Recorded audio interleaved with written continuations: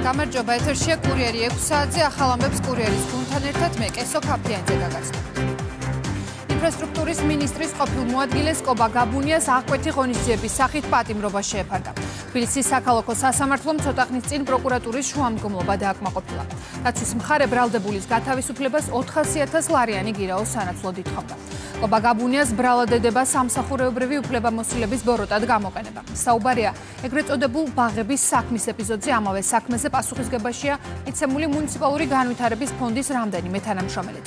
საქმე ეხება 30 საბავშვო ბაღის რეაბილიტაციისთვის ავანსად გაცემული თანხიდან 9.400.000 ლარის თაღლითურად დაუფლებას და 1.200.000 ლარის უკანონო შემოსავლის ლეგალიზაციას.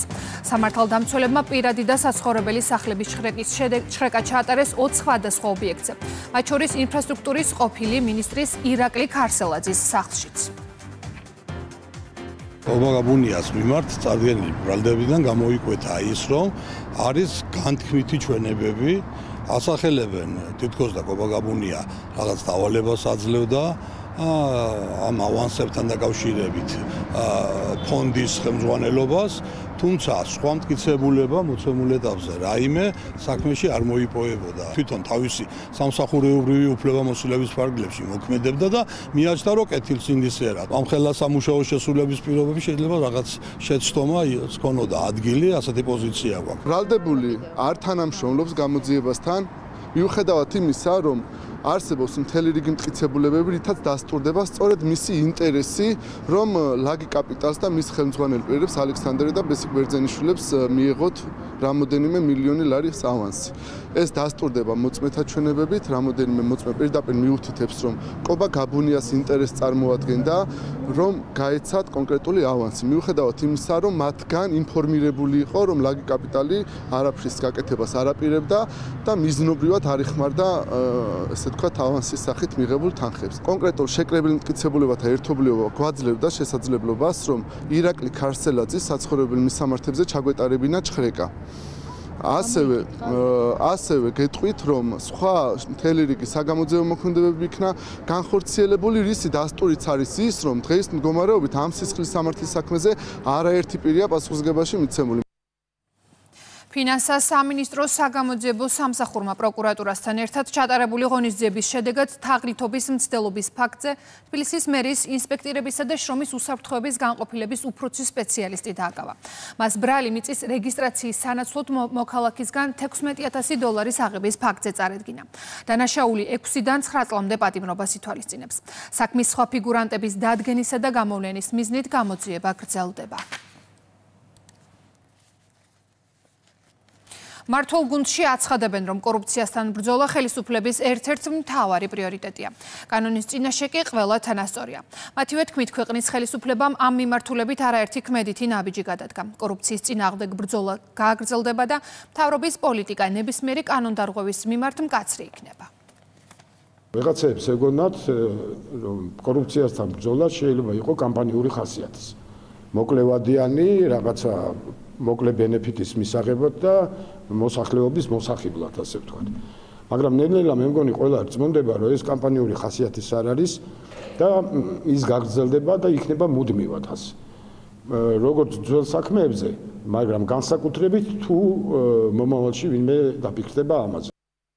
ის ამბიციური გეგმა, რაც გააჩნია ჩვენს ქვეყანას, იყოს მსოფლიო წამყვან სახელმწიფოებს შორის სამეულში კორუფციის წინააღმდეგ ბრძოლისა, რა თქმა უნდა, რეალიზდება და ვერანაირი სტატუსი, თანამდებობა ყოფილი თუ მოქმედ მოცემულობაში ვერ იქნება ინდულგენცია იმ პირთათვის, ვისაც ხელი წაუწდება და ამ მძიმეს დანაშაულს ჩაიდენს სახელმწიფოს წინააღმდეგ. სახელმწიფო ბუნებრივია იქნება სამართლიანი, მაგრამ იქნება მკაცრი ყველა ასეთი შემთხვევის მიმართ. ქართული ოცნება ევრონესტის საპარლამენტო პლატფორმაში მონაწილეობას აღარ მიიღებს. მართველი გუნდის სახელით განცხადება პარლამენტის თავმჯდომარემ გაავრცელა. ოფიციალური თბილისი აცხადებს, რომ ევროპარლამენტმა ევრონესტის პლატფორმა გადააქცია მეზობელ ქვეყნებზე შანტაჟის, საკუთარი ვიწრო პოლიტიკური დღის წესრიგის იძულებით თავის მოხვევის იარაღად. შესაბამისად, ევროპარლამენტის ამ ძალების მხრიდან მტრული და ვიწრო პოლიტიკური მიდგომების გათვალისწინებით საქართველოს მუდმივ მოქმედი საპარლამენტო დელეგაცია მონაწილეობას არ მიიღებს ევრონესტის ევრონესტის შემდგომ სესიებში. ქართული ოცნების გადაწყვეტილებას უკვე მოჰყვა პოლიტიკური შეფასებები, რომლებსაც ლუკა ჩანგელია გაეცნო და ის ჩაგვერთვება ახლა პირდაპირ ეთერში. ლუკა, გისმენთ.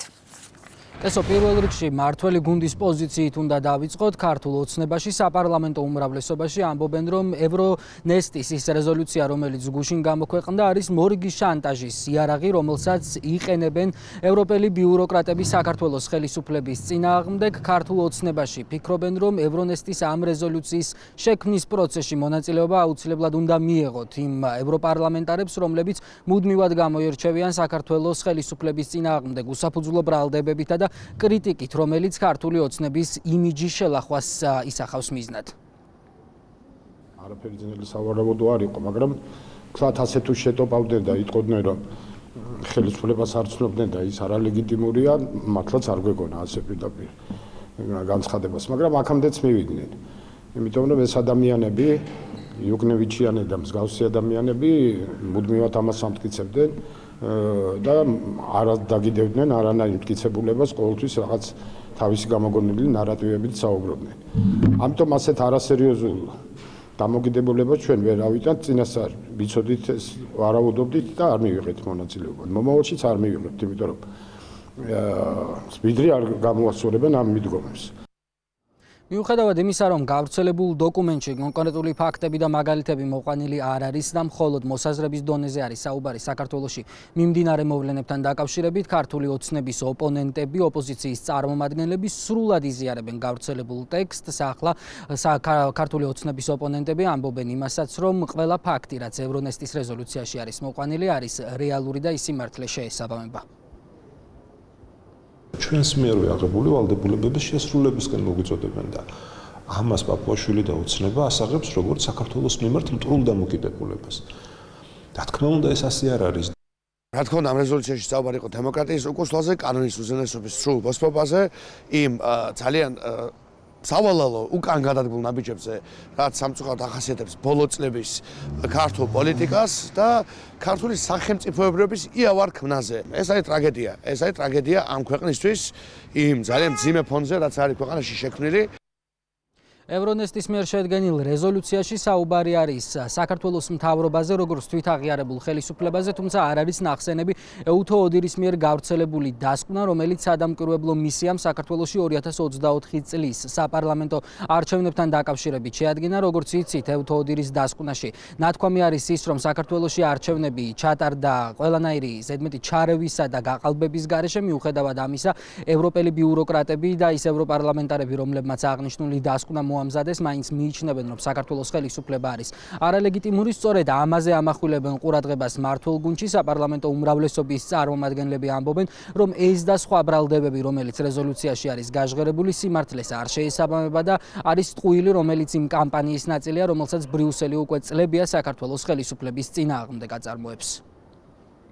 ეს არის მორიგი სამორცხინო რეზოლუცია, რომელიც მიღებული იქნა სამწუხაროდ ევრონესტზე და იმის მაგივრად, რომ აღმოსავლეთ პარტნიორობის ინიციატივა გაფართოვდეს, ხელი შეუწყონ აი ამ ორგანიზაციაში ჩართული სახელმწიფოების პარტნიორობის გაღრმავებას, დიალოგს. ხედავთ, რაც ხდება, ხო ეს პლატფორმა მთლიანად არის გადაწყობილი იმაზე, რომ მოხდეს გარკვეული შანტაჟი ჩვენს ქვეყანაზე, გარკვეული ზეწოლა და რაზე აქვს საუბარი ახლა, როდესაც ქართული ხალხის უდიდესი უმრავლესობით არჩეულ ხელისუფლებას მიიჩნევენ რაღაცა თიდან გამოწვეულ რაღაცა სისულელებს ლაპარაკობენ, თითქოს არალეგიტიმურ ხელისუფლებად თვლიან და თითქოს არჩევნები გაყალბდა. ეხლა ეს მორიგი გამოხტომა არის მათი, იმიტომ რომ ცდილობენ ყველანაირად როგორღაც საქართველოში კიდევ აწვიან ტემპერატურა, ყველა ჯერზე მათ მაცხი განიცადეს და ბუნებრივია ეს ასეც გაგრძელდება. ეს არის საქართველოს მორჩილების გეგმის ნაწილი და ეს იყო მორიგი შემოტევა საქართველოს, მაგრამ რა თქმა უნდა ჩვენ დავიცავთ ჩვენს ინტერესებს, ჩვენი ქვეყნისა და საზოგადოების უსაფრთხოებას და ასევე კიდევ ერთხელ ვამბობთ, რომ მზად ვართ პარტიული ურთიერთობისათვის და არა იმისთვის, რომ ვიღაცამ საქართველოზე უსამართლო ზეწოლა მოახდინოს, არჩევნები გამოაცხადოს გაყალბებულად.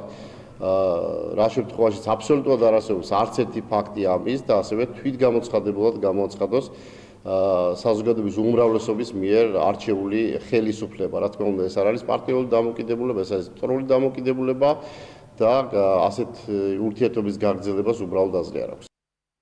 როგორც უკვე ცნობილია, მმართველმა გუნდმა მიიღო გადაწყვეტილება აღარ მიიღოს მონაწილეობა ევრონესტის საპარლამენტო ასამბლეის სესიებში, ვიდრე ევროპელი პოლიტიკოსები არ დაუბრუნდებიან თანაბარ პირობებზე გათვლილი მოლაპარაკებებისა და დიალოგის ფორმატს. ასევე ცნობილია ისიც, რომ საქართველო არ არის პირველი ქვეყანა, რომელმაც ეს გადაწყვეტილება მიიღო. რამდენიმე წლის წინ აზერბაიჯანი მათივე განცხადებით სწორედ პოლიტიკურად მოტივირებული განცხადებებისა და ცრუ ბრალდებების გამო გამოეთიშა ევრონესტის ფორმატს.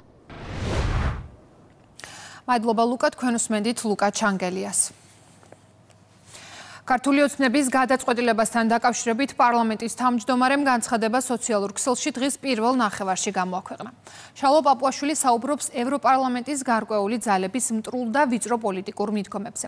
ასევე იმ მიზეზებზე, რის გამოც საქართველოს მუდმივმოქმედი საპარლამენტო დელეგაცია მონაწილეობას არ მიიღებს ევრონესტის შემდგომ სესიებში. აქცენტი კეთდება საქართველოსადმი მიკერძოებული პოზიციებით ცნობილი ზოგიერთი ევროპარლამენტარის მიერ რეზოლუციის ტექსტებში დამატებულ ჩანაწერებზე, რაც ქართული მხარის შეფასებით კანონის უზენაესობის სტანდარტებს უგულებელყოფს და მიუღებელია ქართული საზოგადოებისთვის. პარლამენტის თავმჯდომარე მოუწოდებს ევროპარლამენტს პატივისცეს წესებზე დაფუძნებულ საერთაშორისო წესრიგს. საზოგადოებისთვის ცნობილია, რომ ევრონესტის საპარლამენტო ასამბლეამ, რომელშიც არ მონაწილეობდა საქართველოს პარლამენტის მუდმივმოქმედი დელეგაცია, მიიღო რამდენიმე რეზოლუცია. ტრადიციის ამებ აღნიშნულ დოკუმენტში მოცემული უნდა ყოფილიყო აღმოსავლეთ პარტნიორობის ინიციატივის შემდგომი განვითარების, ასევე მის წევრ სახელმწიფოებს შორის დიალოგისა და პარტნიორობის ხელშეწყობის ხედვები. საქართველოსადმი მტრული, უსამართლო და პოლიტიკურად მიკერძოებული პოზიციებით ცნობილმა ზოგიერთმა ევროპარლამენტარმა რეზოლუციის ტექსტში დაამატა ისეთი ჩანაწერები, რაც ყოველად მიუღებელი და აღმაშფოთებელია ქართული საზოგადოებისთვის. მათ შორის ერთ-ერთი რეზოლუცია 2024 წლის საპარლამენტო არჩევნებს გაყალბებულად ხალხის მიერ არჩეულ ხელისუფლებას კი თვითგამოცხადებულად მოიხსენიებს. აგრეთვე პოლიციელებისა და სახელმწიფო ინსტიტუტებზე თავდასხმელ პირებს, რომელთა მიმართ დამდგარია სასამართლოს გამომწყობებელი განაჩენები, პოლიტიკურ პატიმრებს უწოდებს, რითაც სრულიად უგულებელყოფს კანონის უზენაესობის სტანდარტებს. ნათელია, რომ ევროპარლამენტმა ევრონესტის პლატფორმა გადააქცია მეზობელ ქვეყნებზე შანტაჟის საკუთარი ვიწრო პოლიტიკური დღის წესრიგის იძულებით თავსმოხვევის იარაღად. კატეგორიულად მიუღებელია, როდესაც ევრონესტი უგულებელყოფს საქართველოს მოსახლეობის ნებას და ამ გზით დაფუძნებული მანდატის მიღმა საკუთარი შეხედულებისამებრ აუქმებს მისი წევრი ქვეყნის არჩევნებს და დემოკრატიულ ინსტიტუტებს. შესაბამისად, ევროპარლამენტის ამ ძალების მხრიდან მტრული და ვიწრო პოლიტიკური მიდგომების გათვალისწინებით საქართველოს მუდმივმოქმედი საპარლამენტო დელეგაცია მონაწილეობას არ მიიღებს ევრონესტის შემდგომ სესიებში. ჩვენ კიდევ ერთხელ მოვუწოდებთ ევროპარლამენტს უარი თქვას ვიწრო პოლიტიკურ დღის წესრიგზე და პატივისცეს წესებზე დაფუძნებულ საერთაშორისო წესრიგს. მისი დღევანდელი ანტიდემოკრატიული მიდგომები არის პირდაპირ გზა ევრონესტის საპარლამენტო ასამბლეის თვითიზოლაციისა და მარგინალიზაციისკენ. საქართველოს ყოველთვის კონსტრუქციული, ნაყოფიერი და მნიშვნელოვანი წვლილი შექონდა აღმოსავლეთ პარტნიორობის ინიციატივაში. ევროპარლამენტის მხრიდან კონსტრუქციული დიალოგისთვის შესაბამისი პირობების გაჩენის შემთხვევაში საქართველოს საპარლამენტო დელეგაცია მზად იქნება ხელახლა ჩაერთოს აღმოსავლეთ პარტნიორობის აღნიშნულ საპარლამენტო პლატფორმაში. ევროპის საბჭოს მომხსენებლების განცხადებას, რომელიც გმობს ქართული ოცნების გადაწყვეტილებას მიმართოს საკონსტიტუციო სასამართლოს, თბილისში პოლიტიკური შეფასებები მოხდა. მმართველი გუნდი ევროპული კონვენციის პრინციპების დარღვევაზე საუბრობს. ქართული ოცნებისთვის უპრეცედენტოა, როდესაც დემოკრატიის მთავარი პრინციპის სასამართლოსთვის მიმართვის უფლების გამოყენება კრიტიკის მიზეზია. სახელისუფლებო გუნდი კიდევ ერთხელ განმარტავს, რომ უმაღლესი დონის საერთაშორისო ინსტიტუტების კონვენციებში პირდაპირ წერია, რომ სასამართლოსთვის მიმართვის უფლება არის აბსოლუტური უფლება და მისი შეზღუდვა დაუშვებელია. ევროსაბჭოს განცხადებას ორი ავტორი ჰყავს. ესენი არიან საქართველოს საკითხზე თანამომხსენებლები ბრენდ ფორინგერი და სტიუარტ დიქსონი. თემაზე მუშაობს მირიან გორგოძე და ის შემოგვერთდება ახლა პირდაპირ ეთერში. მირიან, გისმენთ. ევროსაბჭოს კონგრესის სწორედ ორი თანამომხსენებელი აკრიტიკებს მმართველი გუნდის გადაწყვეტილებას, რომ მიმართონ საკონსტიტუციო სასამართლოს სარჩელით, რომელიც თავის მხრივ სამი ოპოზიციური პარტიის აკრძალვას გულისხმობს და შესაბამისად ევროსაბჭოს თანამომხსენებლები ამ გადაწყვეტილების გაუქმებისკენ მოუწოდებენ მმართველ გუნდს.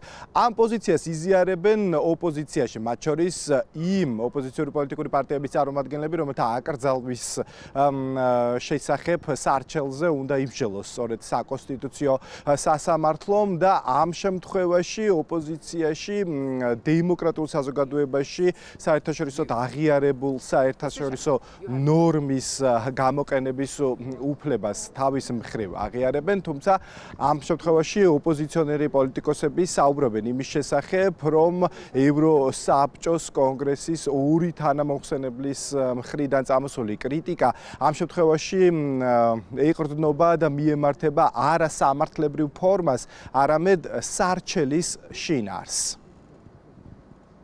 რა თქმა უნდა, საკონსტიტუციო სასამართლოსთვის მიმართვა ეს არის კანონიერი გზა, თუნდაც ეს ეხებოდეს პარტიების აკრძალვას, მაგრამ ის რომ ეს არის შემაშფოთებელი ფაქტი თავისთავად და არავისთვის ასიამოვნო ფაქტი, როდესაც საქმე ეხება პარტიების აკრძალვას, ახლა ეს გასაგებია და ამის გამო ჩვენ ევროპარლამენტარებს ნამდვილად ვერ გავაკრიტიკებთ. უბრალოდ ჩვენ უნდა გვესმოდეს, რომ ოცნებამ ამ ქვეყანაში იმდენად არასამართლიანი გარემო შექმნა, იმდენად არ არის სასამართლო თავისუფალი და მათ შორის საკონსტიტუციო სასამართლო თავისუფალი, რომ ყველა ხვდება, რომ ოცნების ნებისმიერი ახალი ინიციატივა, რაც არ უნდა კანონიერი იყოს ეს ინიციატივა, მაინც არის მოტივირებული პოლიტიკური, ასე ვთქვათ, ანგარიშწორების მოტივაციით.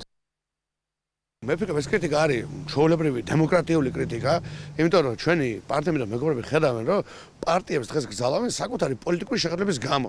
რა თქმა უნდა, როდესაც ცალი ხელით ხელისუფლება ამას აკეთებს და მეორე ხელით ამბობს, უნდა ევროპულ კავშირში შესვლა და სხვა რაღაცა სიკეთების განხორციელება, რაც რა თქმა უნდა სული სიცრუეა, ის ხალხი, ვინც არის არბიტრი ამ პროცესისა, ევროპული ინტეგრაციის პროცესისა, რა თქმა უნდა არის სულიად კრიტიკულად განწყობილი და აფასებს დემოკრატიული სტანდარტების ჭრილში იმ ყველაფერს, რაც დღეს ტრიალებს ჩვენს ქვეყანაში.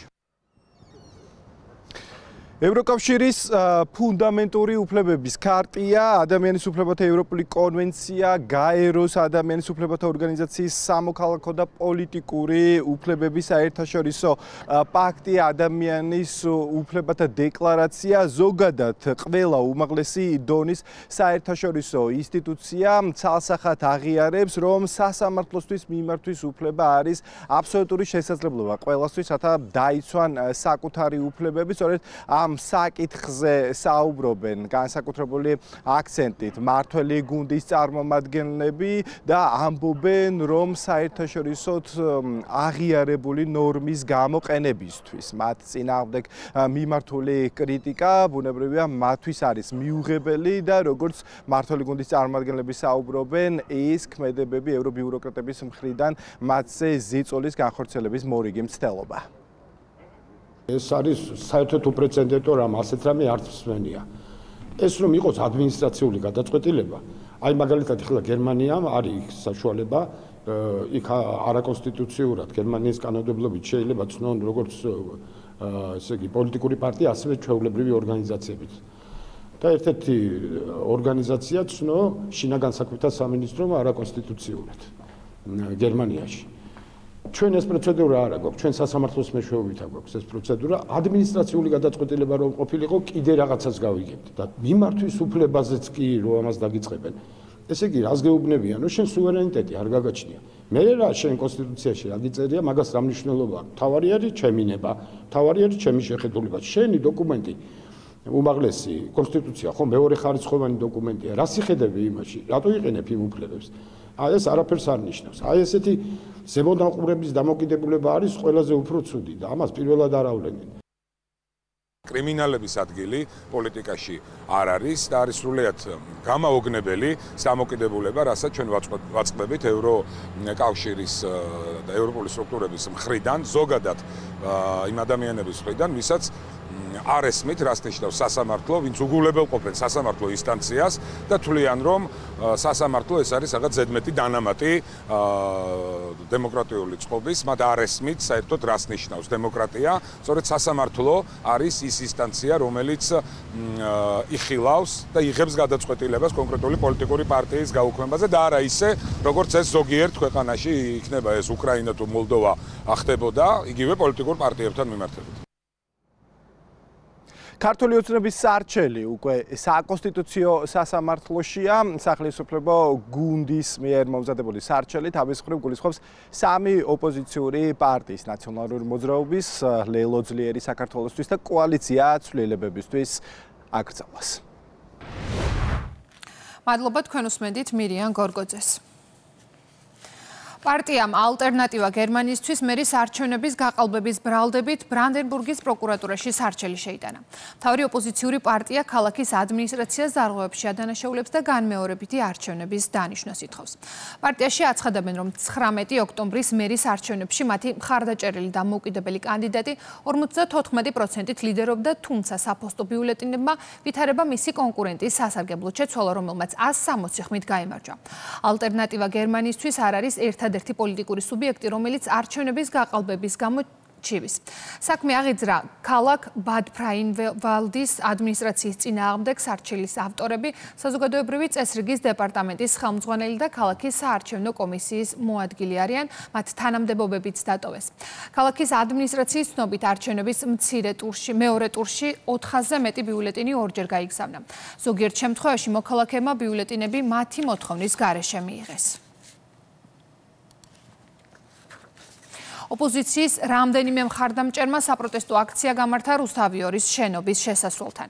ეგრეთ წოდებული მარშის მონაწილეები ტელეკომპანიისგან მოვლენების ობიექტურ გაშუქებას ითხოვენ, თუმცა არ დაუკონკრეტებიათ, რას არ აშუქებს არხის საინფორმაციო სამსახური. კერძო ტელეკომპანიის ოფისთან აქციაზე რამდენიმე მომიტინგე იმყოფებოდა.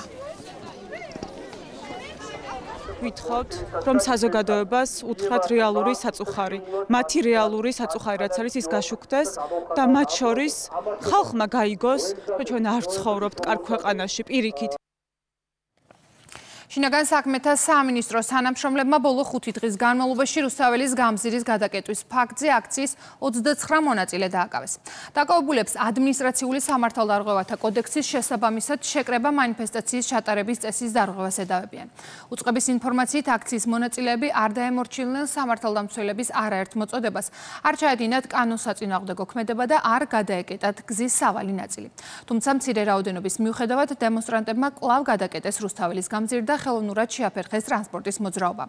შინაგან საქმეთა სამინისტრო მოუწოდებს აქციის მონაწილეებს თავი შეიკავონ კანონსაწინააღმდეგო ქმედებებისგან, წინააღმდეგ შემთხვევაში უწყება იმოქმედებს კანონის შესაბამისად მოახდენს სამართალდარღვევი პირების იდენტიფიცირებას და გაატარებს შესაბამის ზომებს.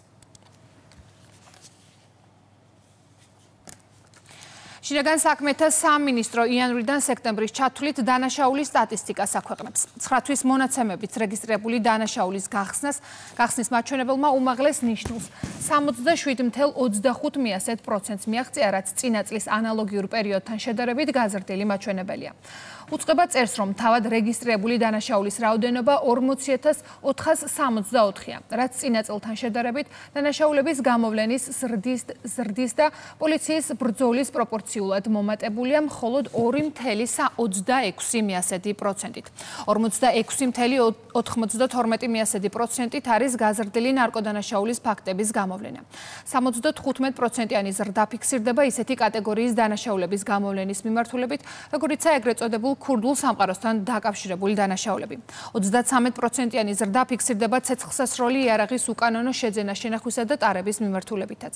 შემცირებულია ისეთი კატეგორიის დანაშაულები, როგორებიცაა ბინიდან ქურდობა, ყაჩაღობა, თაღლითობა და გამოძალვა.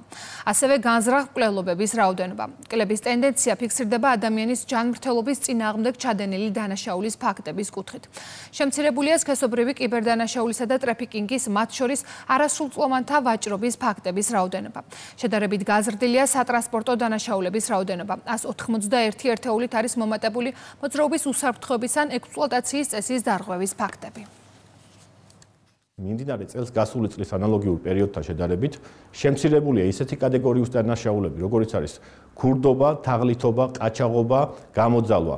ასევე შემცირებულია განზრახ მკვლელობების რაოდენობაც. მნიშვნელოვანი კლების ტენდენცია ფიქსირდება ადამიანის ჯანმრთელობის წინააღმდეგ ჩადენილი დანაშაულის ფაქტების კუთხითაც, რაც ნამდვილად მეტყველებს შინაგან საქმეთა სამინისტროს ეფექტიან მუშაობაზე. უნდა აღინიშნოს, რომ მიმდინარე 9 თვის განმავლობაში დაფიქსირდა უპრეცედენტოდ მაღალი დანაშაულის გახსნის მაჩვენებელი, მნიშვნელოვნად არის გაზრდილი ისეთი ტიპის დანაშაულების გახსნის და გამოვლენის მაჩვენებელი, როგორიც არის მაგალითად ნარკოტიკული დანაშაული, ორგანიზებული დანაშაული და ქურდულ სამყაროსთან დაკავშირებული ქმედებები, ასევე მნიშვნელოვნად არის შემცირებული ბინის ქურდობების მაჩვენებელი და გაზრდილია გახსნის მაჩვენებელი, ასევე სამინისტრო ეფექტურად უმკლავდება ისეთ ტიპის დანაშაულებს, როგორც არის მაგალითად ჯანმრთელობის წინააღმდეგ, ადამიანის წინააღმდეგ მიმართული დანაშაულები და სხვადასხვა ტიპის დანაშაულები.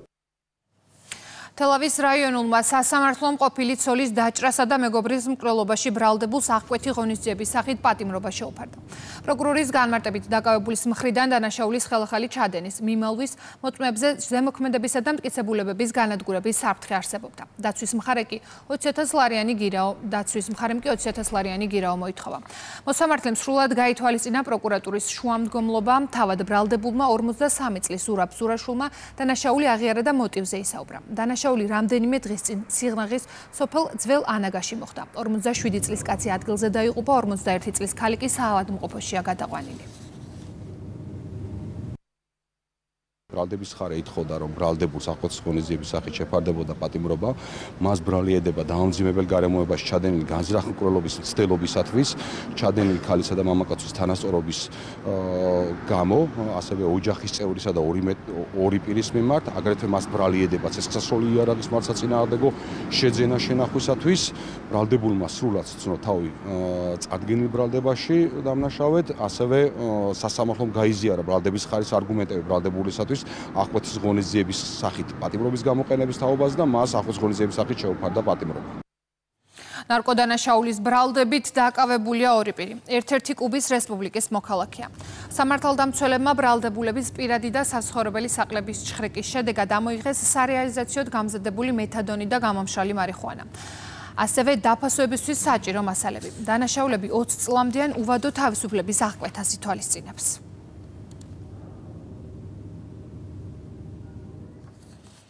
ცეცხლსასროლი იარაღების და საბრძოლო მასალის შეძენა, შენახვა და ტარებისა და იარაღის გამოყენებით ჩადენილი ხულიგნობის ფაქტებზე დაკავებულია 9 პირი.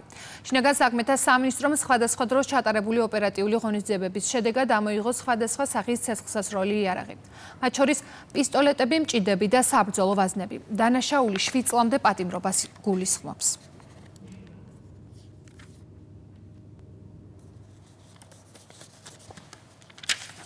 პრემიერ-მინისტრი ირაკლი კობახიძე რეგიონული განვითარებისა და ინფრასტრუქტურის მინისტრებთან ერთად რეგიონებში სახელმწიფო რწმუნებულებს, აჭარის ავტონომიური რესპუბლიკის მთავრობის თავმჯდომარეს და მუნიციპალიტეტების მერებს შეხვდა.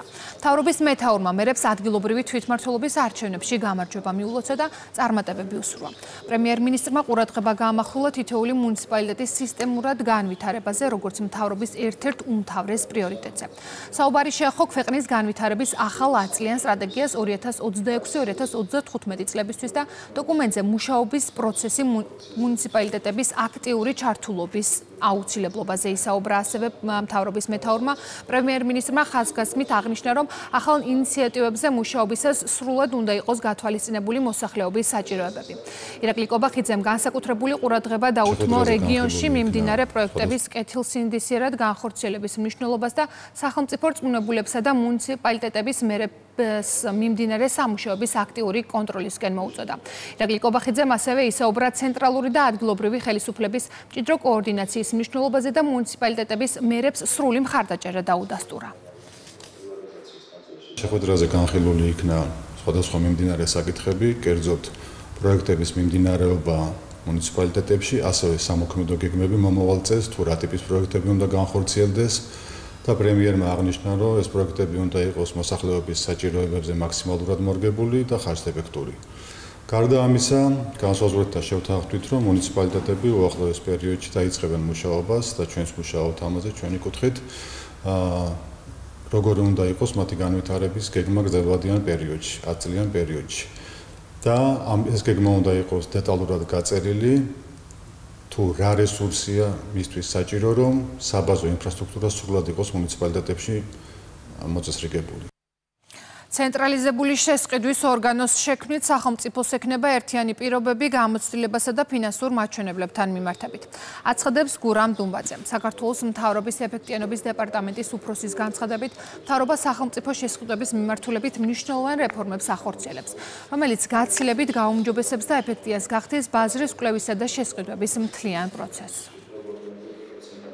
ცენტრალიზებული შესყიდვების ორგანოს შექმნა დაკავშირებულია იმ მიდგომასთან უკვე, როდესაც შემსწრებელი ორგანიზაცია სხვადასხვა პირობებს იყენებდა ერთი და იმავე საქონელთან მიმართებით, დღეს სახელმწიფოს ექნება ერთიანი მიდგომა, ერთიანი პირობები. რაც შეეხება ბაზრის კვლევის მოდულს, ეს არის უნიკალური შესაძლებლობა 40,000-მა ეკონომიკურმა ოპერატორმა მიიღოს ბაზრის კვლევაში მონაწილეობა. განსაკუთრებით მნიშვნელოვანია გამარტივებული შესყიდვების ნაწილში, როდესაც თქვათ სატენდერო პროცედურებამდე არ მიდის კონკრეტული შესყიდვა და გამარჯვებულის გამოვლენა ხდება გამარტივებული შესყიდვის დროს.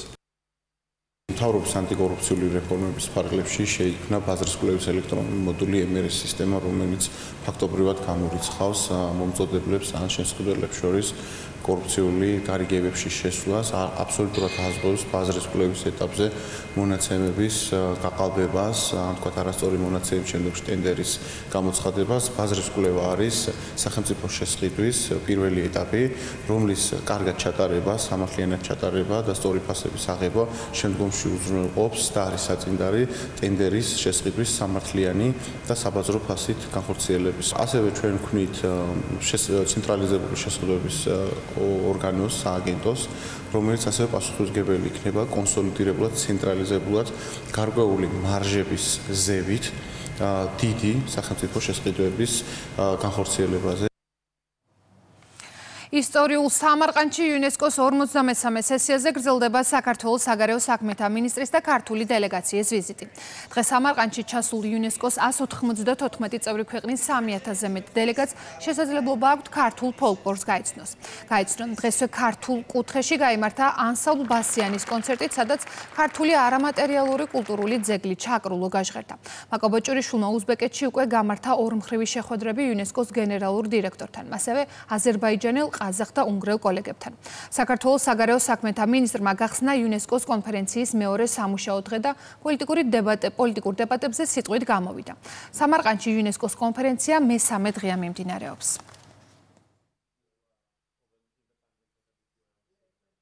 ერთვის ხრუჩვენი დელეგაციის ხელმძღვანელმა საგარეო საქმეთა მინისტრმა მაკო ბოჭურიშვილმა გამართა შეხვედრა იუნესკოს გენერალურ დირექტორთან, რომელსაც წარმატებები უსურვა მისი თანამდებობიდან წასვლასთან დაკავშირებით, როგორც მოგეხსენებათ, ქალბატონი აზული ასრულებს საქმიანობას 1 იანვარს. ამასთანავე გამოიხატა სურვილი საქართველოს გააგრძელოს ის მრავალწლიანი აქტიური თანამშრომლობა იუნესკოსთან, რომელიც მოიცავს ქართული კულტურული ძეგლების შენარჩუნებას, მოვლას იუნესკოს ჩართულობას საქართველოს კულტურის შენარჩუნების საქმეში. ქართული კულტურის წარმოსაჩენად გაიმართა ქართული საღამო, სადაც მრავალი სტუმარი მოვიდა, მათ შორის რამოდენიმე ქვეყნის საგარეო საქმეთა მინისტრები, მინისტრის მოადგილეები, რომელმაც შეძლო დაეგემონებინათ ქართული პროდუქცია, ესე ძალიან მნიშვნელოვანია. ასევე გაიმართა ქართული კონცერტი მინისტრმა, ასევე განახორციელა ორმხრივი შეხვედრები, ესე ძალიან მნიშვნელოვანია ჩვენს მეგობარ და მეზობელ ქვეყნებთან, სადაც განხილული იქნა ორმხრივი თანამშრომლობის საკითხები. ზოგადად პირველი კონფერენცია, რომელიც ჩატარდა საფრანგეთის გარეთ, შეგვიძლია შევაფასოთ ძალზე წარმატებულად, რადგანაც მოახერხეთ საქართველოს კულტურის წარმოჩენა და ასევე იმ ორმხრივი შეხვედრების გამართვა, რაც ძალზე მნიშვნელოვანია ჩვენი ქვეყნების შემდგომი განვითარებისთვის. რუსეთმა ხერსონს ისევ დაარტყა. თავდასხმის შედეგად ერთი ადამიანი დაიღუპა. კრემლის თავდაცვის ძალები მთელი ღამის განმავლობაში უტევდნენ უკრაინულ ქალაქებს. აფეთქების ხმა ისმოდა დნეპრის რეგიონშიც. თავდასხმა იყო სუმის ოლქზეც, სადაც 9 სართულიანი კორპუსი დაზიანდა. ომში ყოფი ქვეყანა საკუთარ ტერიტორიაზე რუსული აგრესიის მოგერიებასთან ერთად რუსულ ქალაქებზე იერიშებს ახორციელებს. რუსეთის თავდაცვის ძალების ინფორმაციით, გუშინ სხვადასხვა რეგიონში 130 უკრაინული დრონი გაანეიტრალეს.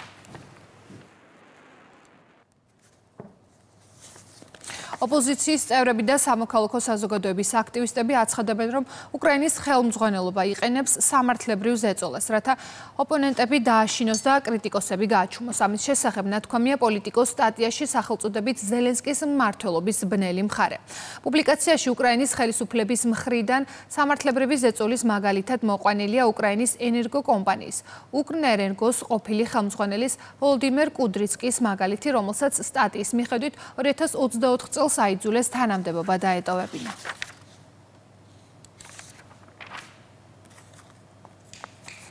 Washington Post-ის ინფორმაციით ვენესუელის პრეზიდენტმა ნიკოლას მადურომ რუსეთის, ჩინეთისა და ირანის ლიდერებს სამხედრო დახმარების გაწევას თხოვა.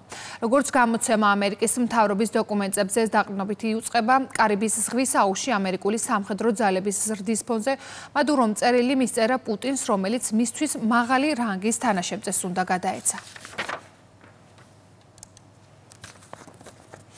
იამაიკა, კუბა, ჰაიტი. კარიბის ზღვის სამ ქვეყანაში დამანგრევალ სტიქიას ებრძვიან. ქარიშხალმა მელისამ ოფიციალური ცნობით უკვე 50-ზე მეტი ადამიანის სიცოცხლე იმსხვერპლა. კატასტროფის ზონაში მოხალისეები და თვითორგანიზებული ჯგუფები მუშაობენ. განსაკუთრებით რთული ვითარებაა ჰაიტიში, სადაც მოქალაქეები ნანგრევებსა და მიწის ჩამოშლულ მასაში ამ დრომდე იმ ადამიანებს ეძებენ, რომლებიც სტიქიის დაწყებიდან მალევე გაუჩინარდნენ. საქართველოს საელჩოს ორგანიზებით ათენში საქართველოს საბერძნეთის ბიზნეს ფორუმი გაიმართა. ადგილობრივი კერძო სექტორის წარმომადგენლებს საქართველოში არსებული ბიზნეს შესაძლებლობები და საინვესტიციო გარემო გააცნეს. ფორუმში საქართველოს სავაჭრო სამრეწველო პალატის პრეზიდენტი და ინოვაციებისა და ტექნოლოგიების სააგენტოს ხელმძღვანელი მონაწილეობდნენ. აუდიტორიას მისასალმებელი სიტყვით მიმართეს ათენის სავაჭრო პალატის პრეზიდენტმა. აწარმოეს საბერძნეთის დირექტორმა და საბერძნეთში საქართველოს ელჩმა. ეს კიდევ ერთი წინ გადადგმული ნაბიჯი არის ეკონომიკური დიპლომატიის მიმართულებით და ვფიქრობ კიდევ უფრო გააღრმავებს ბიზნესებს შორის ურთიერთობას ჩვენ საქართველოსა და საბერძნეთს შორის. შემდეგი ნაბიჯები იქნება დავგეგმოთ უკვე კონკრეტული მეწარმეების, კონკრეტული ბიზნესების ერთმანეთთან დაკავშირება. ძალიან საინტერესო შეხვედრები ქონდა საბერძნეთში ჩვენს კოლეგებთან. ინტერესი საქართველოს მიმართ ძალიან მაღალი არის ბერძენი ბიზნესმენებისგან.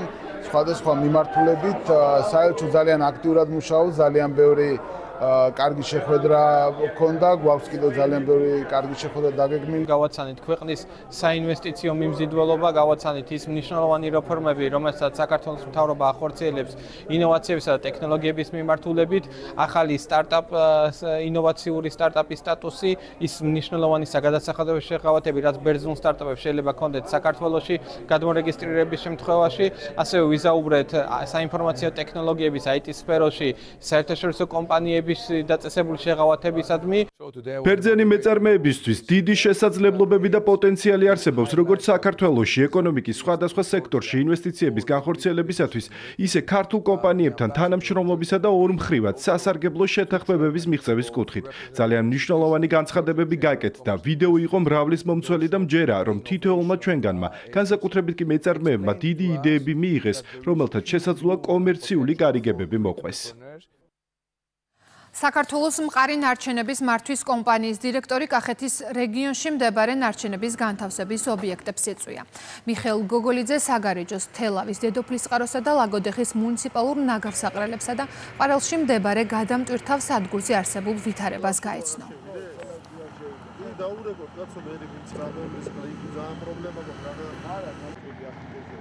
ადგილზე მოვინახულე და გავეცანი გადამტვირთავის სადგურებისა და ნარჩენების განთავსების ობიექტების მუშაობის სპეციფიკას. როგორც მოგეხსენებათ, ნარჩენების მართვის ძირითადი მიმართულება მდგრადი ეკოლოგია, გარემო უსაფრთხოება და მოსახლეობის კეთილდღეობა. ადგილზე გავეცანი და გავესაუბრე თანამშრომლებს, რომლებთან ერთადაც მომავალშიც გავაგრძელებ კომპანიის განვითარებას. ბათუმში თამარის დასახლებაში თბილისის წამყვანი კლინიკების ექიმ სპეციალისტების მონაწილეობით აფხაზეთიდან დევნილებისთვის უფასო სამედიცინო გამოკვლევების აქცია მიმდინარეობს. სამედიცინო აქცია აფხაზეთის ჯანდაცვის სამინისტროს ორგანიზებით იმართება.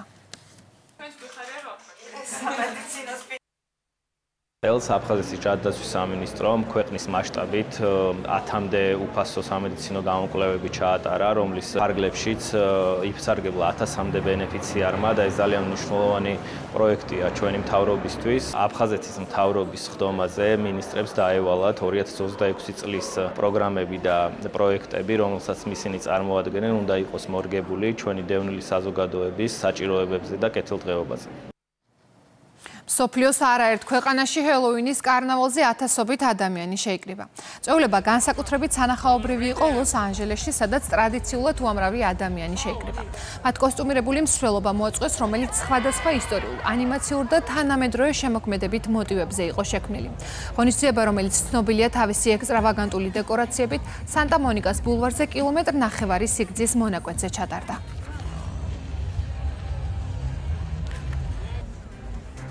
კურიერი 6-ზე დასრულებულია, მე დღეს ამით გემშვიდობებით, თქვენ კი ყველა სიახლეს გაეცანით რუსთავი 2.ჟ-ზე.